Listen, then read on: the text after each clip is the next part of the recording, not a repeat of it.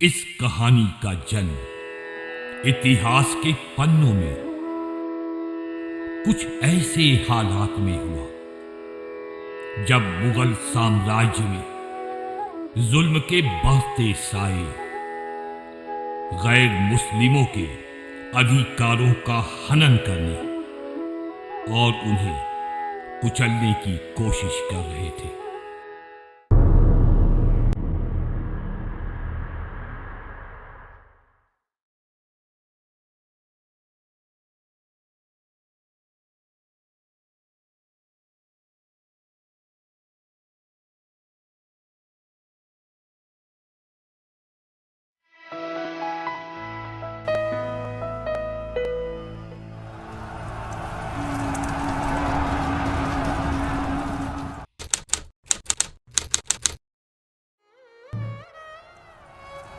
अबू जफर मोइनुद्दीन मोहम्मद शाह फर्रुखसियर की फौज ने अचानक हमला कर दिया है। उनके इरादे अच्छे नहीं। सुलह के लिए सालाना खिराज के साथ राजकुमारी इंदिरा कंवर को शाही हरम में दाखिल करने और मलिका बनाने की शर्त रखी है।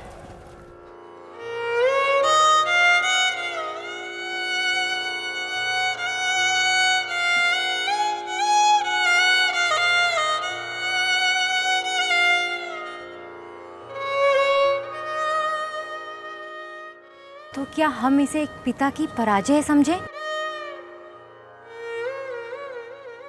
या मुगल सम्राट से डरे हुए राजा की प्रार्थना के रूप में स्वीकार करें? हमें तो दोनों में ही संकोच है। एक तरफ हमारा अहंकार है और दूसरी तरफ भय और आतंक से पराजित महाराजा का झुका हुआ सर। हम राजपूतों को ये शोभा नहीं देता। प्रजा धर्म हमें कमजोर करता है राजकुमारी, और इसीलिए समय हमसे एक बड़ी कुर्बानी मांगता है। दो ही रास्ते हैं हमारे पास। या तो उनकी विशाल सेना के सामने हम अपनी प्रजा को मौत के मुंह में झोंक दें, या फिर सुलह के लिए उनकी शर्त को मान ले। इस समय ना आप राजकुमारी हैं और ना हम महाराजा। अपनी समस्त प्रजा की सुरक्षा को निश्चित करने के लिए आज एक बाप अपनी बेटी से विनती करने आया है। और अगर ये विनती स्वीकार ना हो तो? इतिहास में अब तक यही होता आया है। ये मुगल शहंशाह हमारी आबरू को अपने पैरों तले रौंदते आए हैं। तो क्या हम मारवाड़ की राजपूताना शान को छोड़कर अपना धर्म बदलकर मुसलमान बन जाएं? ये फैसला हमें मंजूर नहीं है। ये फैसला हमें मंजूर नहीं है।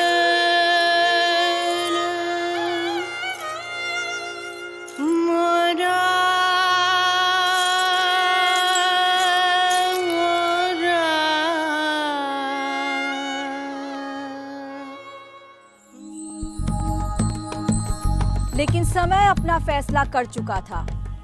मुगल शासन में औरंगजेब के समय सैकड़ों मंदिर धराशायी किए गए। जब महाराजा अजीत सिंह ने उन मंदिरों का पुनर्निर्माण करवाया तो मुगल शासक फर्रुखसियर को उनके इरादों में बगावत नजर आई। तब फर्रुखसियर ने महाराजा अजीत सिंह के इरादों को ध्वस्त करने के लिए विशाल सेना भेज दी। सुलह के तौर पर वार्षिक खिराज के साथ राजकुमारी इंदिरा कंवर का सौदा किया गया। फर्रुखसियर के इस हमले ने जुल्म की एक नई पटकथा लिखी। महाराजा अजीत सिंह इस बात को मान गए। ट्रेडिशनली ऐसा होता भी आ रहा था पिछले कुछ पीढ़ियों से। तो वो उनकी लड़की को सैयद अब्दुल्ला खां ये सब लोग लेकर के आते हैं। बाद में वो जो उनकी शादी कराई जाती है दिल्ली में लाकर, बहुत सारा दहेज दिया, बहुत बड़ा, कई करोड़ रुपए वो बैठता उस वक्त का। As a woman, I feel very terrible even thinking about it, because I think every woman has a choice to make. Every woman has a right to live her life the way she wants to, but she doesn't even have that choice.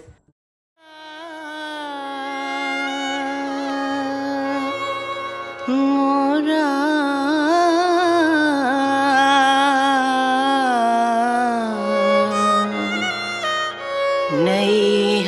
घर छूटा ही जाए। शाही फरमान है कि आज से आप हिंदू राजकुमारी की जगह हरम में रहने वाली मलिकाओं के लिबास को पहनेंगी। और अगर हम पहनने से इनकार कर दें तो?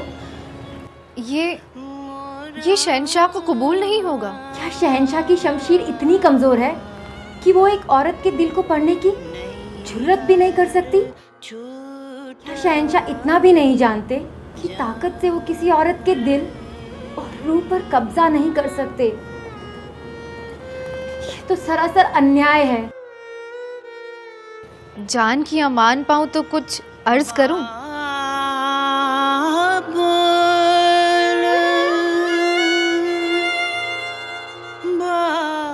यहाँ मुंह खोलना भी मौत को दावत देना है राजकुमारी जी।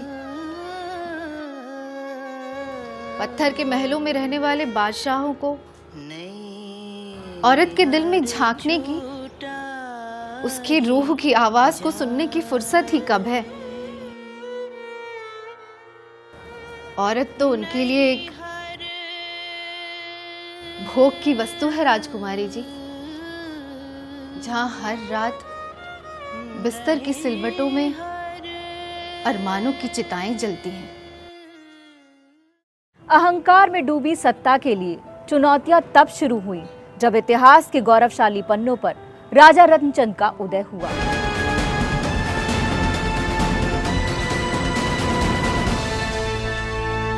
इतिहास की हजारों वर्षों की कहानियों में राजा रत्नचंद अन्याय और हिंदुओं पर होने वाले जुल्म के गवाह थे। राजा रतनचंद की जय, राजा रतनचंद की जय, राजा रतनचंद की जय। कोई भी बड़ा परिवर्तन अचानक नहीं आता, इसके लिए समय को मुट्ठी में बंद करना होता है। परिस्थितियां बदलना चाहते हैं आप, तो अपने बच्चों को शिक्षित कीजिए। इन बच्चों को मुगल सरकार की जबान फारसी की तालीम दीजिए।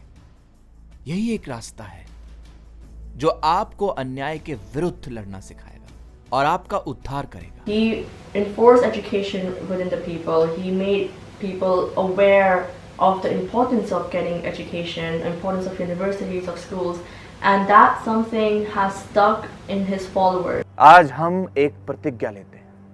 आज से हम एक प्रतिज्ञा लेते हैं कि ना किसी को दहेज देंगे, ना किसी को दहेज देंगे, और ना ही किसी से दहेज लेंगे, और ना ही किसी से दहेज लेंगे। मेरी बात गौर से सुनिए। मोहम्मद बिन कासिम, गजनवी, गौरी, तुगलक, जो भी हमारे देश में आया, हमें लूटने के लिए आया। हमें मारा गया, कत्ल किया गया, हमारे मंदिर तोड़े गए, लेकिन हम कुछ ना कर सके। हमारी बहू बेटियों की इज्जत महफूज नहीं है। इस समूची अन्याय व्यवस्था के विरुद्ध खड़ा होना है तो हमारे पास सत्ता की ताकत होनी चाहिए, होनी ही चाहिए। 3 शताब्दियों में 30 मुगल बादशाहों ने भारत पर हुकूमत की।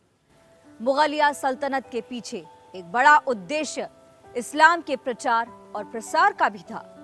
इसका सीधा प्रभाव हिंदुओं के धार्मिक जीवन पर पड़ रहा था। पर्व त्योहार मनाने की खुली आजादी भी हिंदुओं को हासिल नहीं थी। हिंदुओं से मनसब और जागीरें लेकर मुसलमानों में बांट दी जाती थी। सबसे खतरनाक जजिया जैसा घिनौना टैक्स था जो हिंदुओं को अपने ही देश में दूसरे दर्जे का नागरिक बनाता था। जजिया दोगे या नहीं? नहीं देंगे। फिर मुसलमान बनो। नहीं बनेंगे। तुम जजिया दोगे या नहीं? नहीं देंगे। फिर मुसलमान बनो। नहीं बनेंगे। सैयद भाई और राजा रतनचंद एक सियासी टीम थे। उनकी ख्वाहिश थी, वो चाहते थे कि हिंदुस्तान के लिए कुछ ऐसी सियासी रिफॉर्म्स की जाएं कि जो हिंदुस्तान को और हिंदुस्तानी समाज को एक नए रास्ते पर डाल सकें। उन्होंने सबसे पहला काम ये किया कि जजिया के टैक्स को ख़त्म किया, जो कई बरसों से चले आ रहा था, जिसने हिंदुस्तान के लोगों को, हिंदुओं को एक तरह से अछूत बना के रख दिया था। राजा रत्नचंद हिंदू के साथ किए जाने वाले भेदभाव और अत्याचार से बेहद आहत थे। यही समय था इतिहास में सैयद बंधुओं के राजनीति में प्रवेश का। सैयद बंधुओं को रत्नचंद की दूरंदेशी पर पूरा भरोसा था। 1701 से 64 के सैयद बंधुओं के यहाँ रत्नचंद कोषाध्यक्ष के पद पर नियुक्त थे। सैयद ब्रदर्स किस तरह से अपनी पावर को क्रिएट कर पाए? पैसा चाहिए था इतनी सेनाएं बनाने के लिए जो सारे एम्पायर के स्थापित सैकड़ों सालों से उसको वो काउंटर कर सके। वो पैसा इकट्ठा करके देने वाला था रतनचंद। अब रतनचंद केवल पैसा ही नहीं दे रहा, वो उनको तार्किकता के साथ में, बौद्धिकता के साथ में उनके समीकरण भी सेट कर रहा है। राजा रतनचंद जी महाराजा अग्रसेन जी के वंशज थे। राजा रतनचंद जी के दिल्ली दरबार में जाने के पश्चात सैयद बंधुओं का खजांची पद राजा रतनचंद जी के फॉलोअर्स के पास ही रहा। जिस श्रृंखला में श्री राम प्रसाद जी के पास अंतिम पद खजांची का दिया गया, वो मेरे परदादा थे। 1707 में औरंगजेब की मृत्यु हो गई। उसके बेटे बहादुर शाह ने 1712 तक राज किया। बहादुर शाह की मृत्यु के बाद उसके एक बेटे जहांदार शाह ने विरासत के लिए सामने आने वालों का बेदर्दी से कत्ल कर दिया और खुद को बादशाह घोषित कर दिया। जहांदार शाह ने फर्रुखसियर के पिता अजीमुशान की धोखे से हत्या करवा दी। अजीमुशान की पत्नी अपने बेटे फर्रुखसियर की ताजपोशी की फरियाद लेकर सैयद बंधुओं के यहाँ पहुंची। मेरे लिए क्या आदेश है? देखिए रत्नचंद जी, आपसे तो कुछ भी छुपा हुआ नहीं है। सल्तनत की हालत अभी ठीक नहीं है। फर्रुखसियर की माँ ही थी हमारे पास मदद के लिए। हमने फैसला किया है कि हम उनकी मदद करेंगे, लेकिन आपके बगैर हम कुछ भी नहीं कर सकते रत्नचंद जी। आपकी मदद से हम फर्रुखसियर को बादशाह बना सकते हैं और हमने एक फरियादी मां को जबान दी है। हम आपकी जबान की लाज रखेंगे। आपका आदेश हमें मंजूर है। जहांदार शाह के खिलाफ इलाहाबाद में फौज तैयार की गई। रत्नचंद सैकड़ों घुड़सवारों की सेना लेकर सैयद बंधुओं की मदद को पहुंच गए। इस लड़ाई में जहांदार शाह को पराजय मिली। फर्रुखसियर अब नया मुगल सम्राट था। जीत की खुशी में रत्नचंद को राजा का खिताब दिया गया, साथ ही मनसब 2000 अता किया गया। राजा रतनचंद की जय! राजा रतनचंद की जय! हिंदू प्रतिष्ठा और परंपरा को अब तक काफी चोटें पहुंचाई जा चुकी है। स्थितियां सबके सामने। जजिया बंद करने की सिफारिश लेकर हजारों हिंदू बादशाह के सामने पहुंचे तो क्या हुआ? फौज ने उन पर हाथी तोड़ा दिया। हमसे सारे बड़े मनसब छीन लिए गए। पेशकार, दीवान, तमाम बड़े पदों से हमें बर्खास्त कर दिया गया। अच्छी नस्ल के हाथी घोड़ों पर बैठने का हमें अधिकार नहीं। हम सूबेदार नहीं हो सकते। हम पालकी पर नहीं चढ़ सकते। इस अन्याय और समूची व्यवस्था के विरुद्ध खड़ा होना होगा। औरंगजेब के टाइम में तो ये था कि जो भी हिंदू हैं उन्हें रेवेन्यू से बाहर करा जाए, नौकरियों से किया भी गया था। बाकायदा सेंट्रल गवर्नमेंट का ऑर्डर है ये during the rain of Aurangzeb. सदियों से चले आ रहे भेदभाव को खत्म करने का समय आ चुका है, लेकिन सबसे जरूरी है मुगलों द्वारा लगाए गए जजिया को खत्म करना, समाप्त करना, और हम इसे समाप्त करके दिखाएंगे। राजा रत्नचंद की कोशिशों से आखिरकार हिंदुओं पर लगाया जाने वाला जजिया टैक्स समाप्त कर दिया गया। ये विजय गाथा का पहला बड़ा संदेश था। सैयद बंधुओं का साथ पाकर राजा रत्नचंद जीत की कई पायदान एक साथ पार कर गए। चारों ओर जजिया समाप्ति की घोषणा हो चुकी थी। उस समय गैर मुस्लिमों के लिए सोचना भी आश्चर्यजनक था कि कोई व्यक्ति ऐसा भी कर सकता है। राजा रत्नचंद की ख्याति पहले से कहीं ज्यादा बढ़ गई, लेकिन सैयद बंधुओं से उनकी निकटता बहुत से लोगों को मंजूर नहीं थी। राजा के पुत्र के विवाह के अवसर पर जब प्रथा अनुसार गिदौरा बांटा गया तो बहुत से घरों ने लेने से ही इनकार कर दिया। One of the most interesting things that my grandmother told me about was Gindora. Gindora is a type of sweet that people gave on wedding invitations, and if you accept it, that means you accept Raja Ratanchand's prophecies, his ways of thinking, his ways of doing things. जिन अग्रवाल भाइयों को उन्होंने नौकरी दी और जो उनकी नीतियों का समर्थन करते थे उन सब ने गिदौरा स्वीकार किया। जो उनकी नीतियों का समर्थन करते थे कालांतर में यही लोग राजशाही या राजवंशी कहलाए। उनके विरोधी भी समझ गए कि राजा रत्नचंद ही वो व्यक्ति है जो मुगलों के जुल्म से उन्हें बाहर निकाल सकते हैं, उन्हें शिक्षा के साथ समान अधिकार दिलवा सकते हैं। सैयद बंधुओं की नजर में समय के साथ राजा रत्नचंद के प्रति सम्मान और विश्वास बढ़ता जा रहा था। हमें भरोसा है कि आप कुछ भी कर सकते हैं। और असली सुल्तानों के सुल्तान तो आप हैं। मुगल शहंशाह भी आपकी मर्जी के बिना कोई अहम फैसला नहीं ले सकते।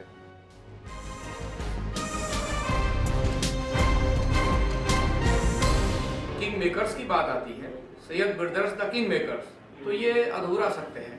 King makers the Syed brothers along with Raja Ratanchand, ये पूरा सकते हैं। ये जो एपिसोड है ये Indian valour plus Indian wisdom, ये इसका खेल है। केवल इंडियन वेलर के प्रतीक दिखते हैं सैयद ब्रदर्स, अब इंडियन विजडम कहां से, ये राजा रतनचंद। लेकिन मंजिल अभी दूर थी। अभी कई ऐसे मोर्चे थे जहां उन्हें लड़ना बाकी था। मुगलों द्वारा बहु बेटियों पर होने वाले जुल्म और धर्म परिवर्तन उन्हें खून के आंसू रुलाता था। महाराजा अजीत सिंह की बेटी के साथ होने वाले अन्याय को लेकर वो काफी दुखी थे। रत्नचंद अभी विवश थे, लेकिन उन्होंने सोच रखा था कि इस प्रथा से भी टकराना होगा। राजकुमारी इंदिरा कंवर के लिए परीक्षा की घड़ी आ गई थी।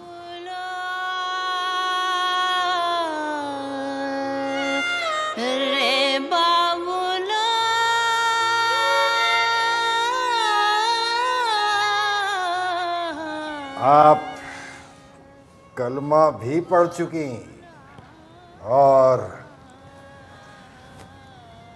अपना मजहबी लिबास भी तब्दील कर चुकी। अब सिर्फ आपको अपनी मलका बनाने की आरज़ू हमारे दिल में रह गई।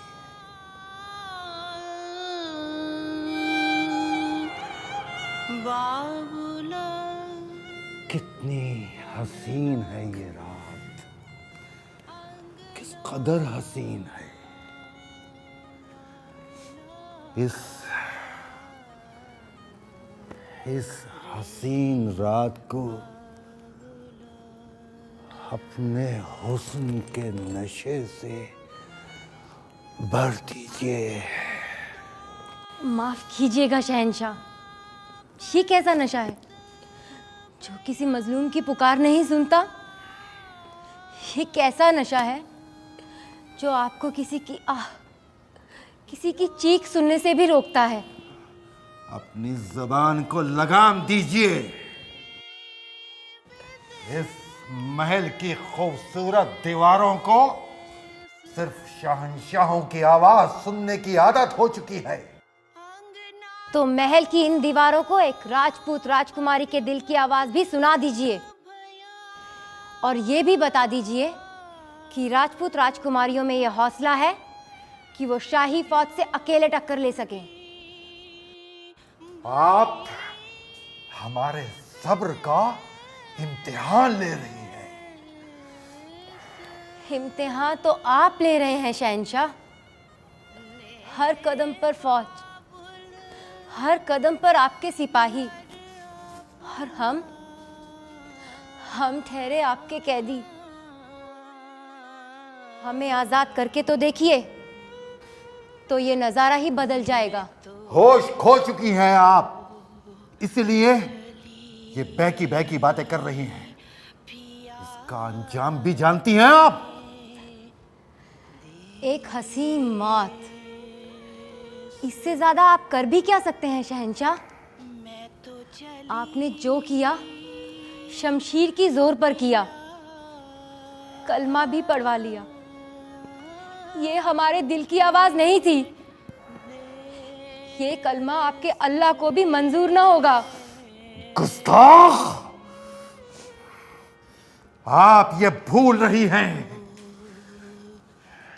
कि आप इस वक्त एक शाही महल में हैं। अब आपको सिर्फ हमारी मर्जी से ही चलना होगा। आपकी शमशीर हमारी गर्दन को काट सकती है, लेकिन हमारे धर्म वस्त्र को नहीं उतार सकती। आपने जो उतरवाया वो सिर्फ चंद कपड़ों की धज्जियां थी शहंशाह। धर्म वस्त्र तो हमारी रगों में, हमारे लहू में दौड़ता है, और इसे दुनिया की कोई भी ताकत हमसे अलग नहीं कर सकती।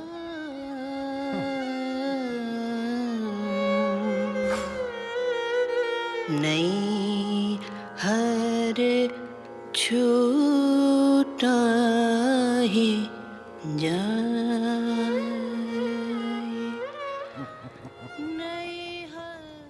लो उतर गया।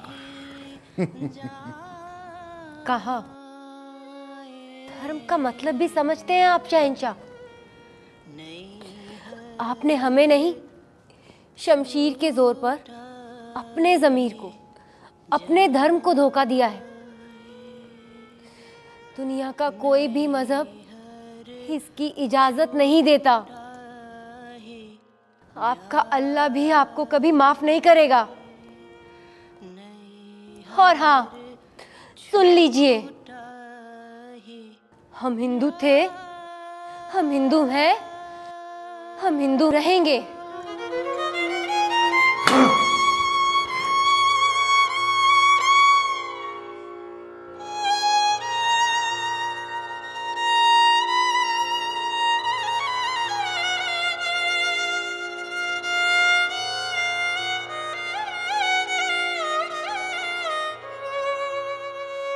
जोधपुर की राजकुमारी महाराजा अजीत सिंह की बेटी, जब वो उसको शादी करके और बादशाह फर्रुख सियर के हरम में लाया गया, वो अपने साथ जो चीज़ें लाई वो उसने जीवन पर छोड़ी नहीं। वो कृष्ण की आजीवन भक्त बनी रही।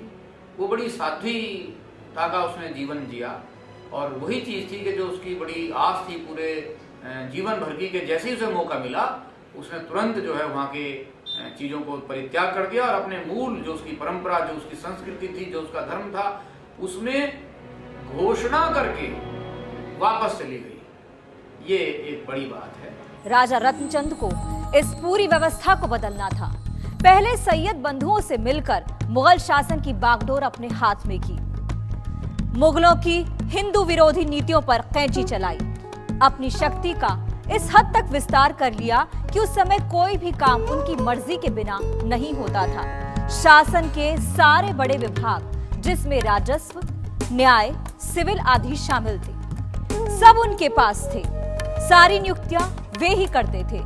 दीवाने आम और दीवाने खास पर उनकी पकड़ मजबूत थी। रेवेन्यू में हिंदुस्तानी लोगों को नौकरियां देना, ये राजा रतनचंद का, अब्दुल्ला खां का, हुसैन अली खां की, इन लोगों की जो एक तारतम्यता दिखती है, दूरदृष्टि की, अगर इस सबको जोड़ के देखेंगे तब ये दिखाई पड़ता है। टुकड़ों में देखेंगे तो कुछ भी दिखाई नहीं पड़ेगा। फर्रुख सियर के शासनकाल में ऐसी कई घटनाएं थी जिसने राजा रत्नचंद को मानसिक तौर पर आहत कर दिया। बाबा बंदा सिंह बहादुर सिख सेनापति थे। बंदा बैरागी ने 1715 से पहले मुगलों को इतनी शिकस्त दी कि फर्रुख सियार उनकी जान का दुश्मन बन गया। 1716 को बंदा बैरागी को बंदी बनाया गया और यातनाएं दी गई। बंदा बैरागी मारा गया। बादशाह सलामत ने रोजाना 100 सिक्कों को मारने का आदेश दिया है।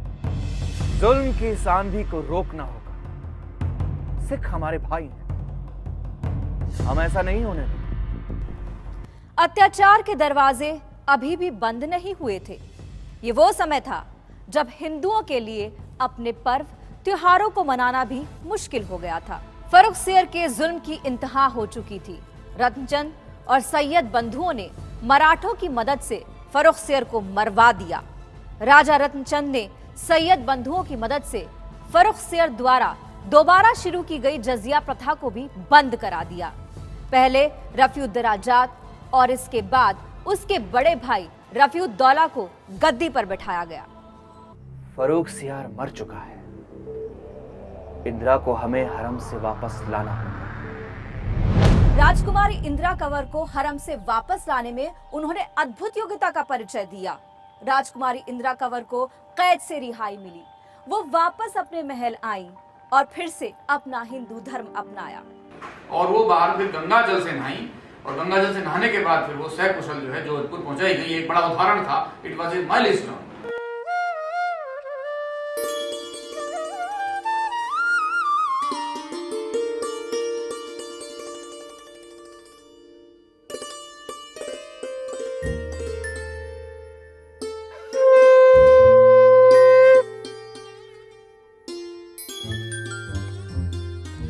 ओम स्वस्ति न इंद्रो वस्वा स्वस्ति न पूषा विश्वदा स्वस्ति न साक्षरो अश्नेमी स्वस्ति न बृहस्पति धातु।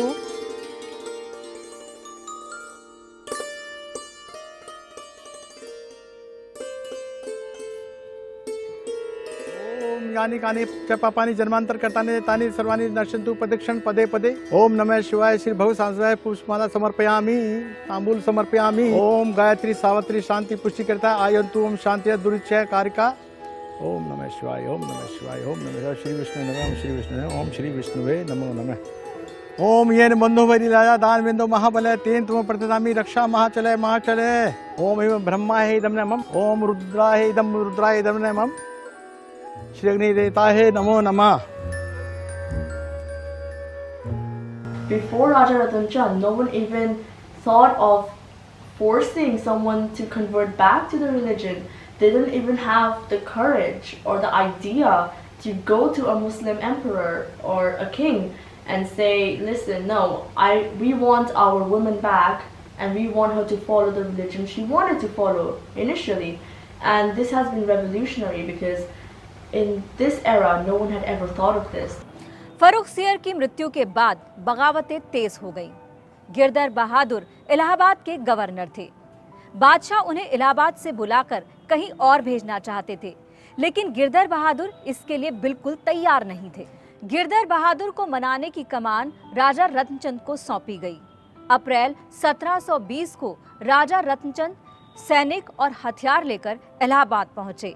इलाहाबाद में राजा रत्नचंद की गिरधर बहादुर से मुलाकात हुई। गिरधर बहादुर ने राजा रत्नचंद के उपहार स्वीकार किए और अपने परिवार के साथ अवध चले गए। 16 मई 1720 को बादशाह ने राजा रत्नचंद से खुश होकर दरबार सजाया। राजा रत्नचंद को 5000 खिताब और 5000 घोड़े दिए गए। राजा रतनचंदी की जय, राजा रतनचंदी की जय, राजा रतनचंदी की जय। 1719 में रफीउद्दौला के मरने के बाद मोहम्मद शाह को गद्दी पर बिठाया गया, लेकिन सत्ता सैयद अब्दुल्ला या राजा रत्नचंद के हिस्से में ही रही। उस समय असली ताकत या तो सैयदों के पास थी या राजा रत्नचंद के पास। अमीरों ने सैयदों के विरुद्ध बादशाह के कान भरने भी शुरू कर दिए थे। हमें पता है अमीरों का एक तबका सैयद बंधुओं के खिलाफ हो चुका है। इस साजिश को नहीं रोका गया तो इसके परिणाम बहुत बुरे होंगे। लेकिन साजिश को रोका नहीं जा सका। विरोधियों ने सैयद बंधुओं में से एक हुसैन अली की हत्या कर दी। इसके कुछ ही दिन बाद दूसरे भाई सैयद हसन की भी हत्या कर दी गई। बहुत बुरा हुआ। मैं देख रहा हूं कि एक बार फिर नफरत की आंधियां तेज चलनी शुरू हो गई हैं। मुझे खुशी है कि मेरे समुदाय और वंश के लोगों ने शिक्षा की महत्ता को समझा और स्वीकार कर लिया है। हे भगवान, मुझे इतनी मोहलत अवश्य दे कि मैं मुगलों के अन्याय को जड़ से समाप्त कर सकूं। मैं प्रतिज्ञा करता हूं कि सबको समान अधिकार दिलाने और अन्याय के अंधेरे से लड़ने में संकोच नहीं करूंगा। 7 मुगल सम्राटों के शासनकाल को अपनी मुट्ठी में कर लेना और हिंदुओं को सम्मान के साथ सब तरह की नौकरियों में शामिल करना ऐसे ही महान कार्य थे जिनकी कल्पना भी उस समय नहीं की जा सकती थी। तकदीर को कुछ और ही मंजूर था। 13 नवंबर 1720 को राजा रत्नचंद की कहानी का अंतिम पन्ना लिखा गया।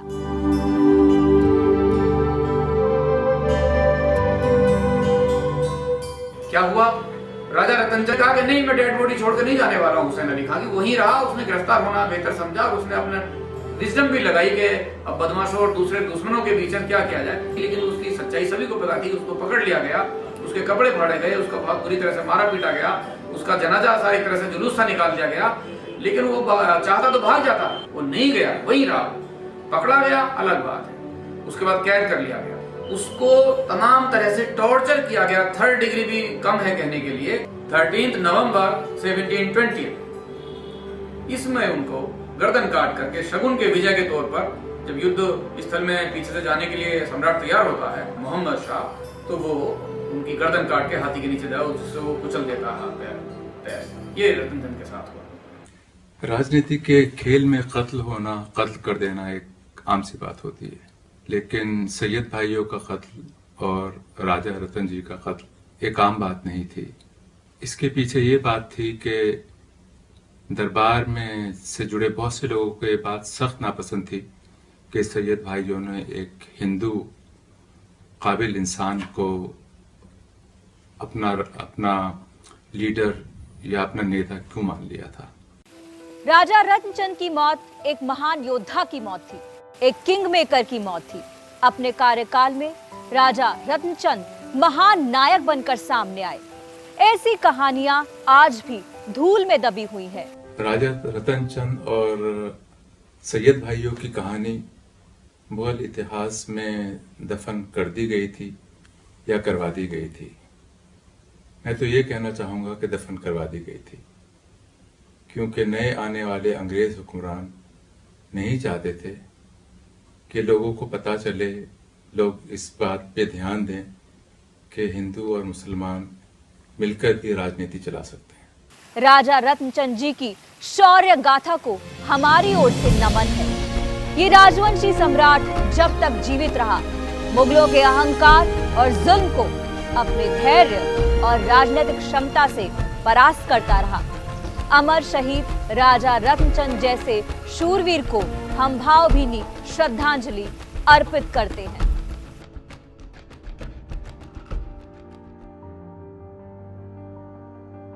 फिल्म तो आपने देख ली, लेकिन अंत में आपको प्रोड्यूसर का नैरेटिव बताना बहुत ज़रूरी है। फिल्म बनाने के पीछे एक बहुत गहरा रीज़न ये था कि राजा रतनचंद की कहानी को एक विजुअल मीडिया में दुनिया के सामने प्रस्तुत किया जाए। राजा रतनचंद का व्यक्तित्व और कृतित्व कितना अनूठा था, और उनके जो संदेश थे जो उन्होंने 300 साल पहले अपने समाज को दिए, वीमेन एम्पावरमेंट का सिद्धांत, उनका एजुकेशन का सिद्धांत, उनका रेवेन्यू, एडमिनिस्ट्रेशन, विजडम, जो चीज़ चली आ रही है एक परंपरा पिछले 300 साल से, वो आज के जनरेशन में भी नज़र आते हैं। लेकिन हमको पता नहीं है कि ये इसका ओरिजिन क्या था, वो कैसे हुआ था। उम्मीद है इस पिक्चर को देखने के बाद आने वाली जनरेशन उसको समझेगी और उसको आगे बढ़ाएगी। Thank you.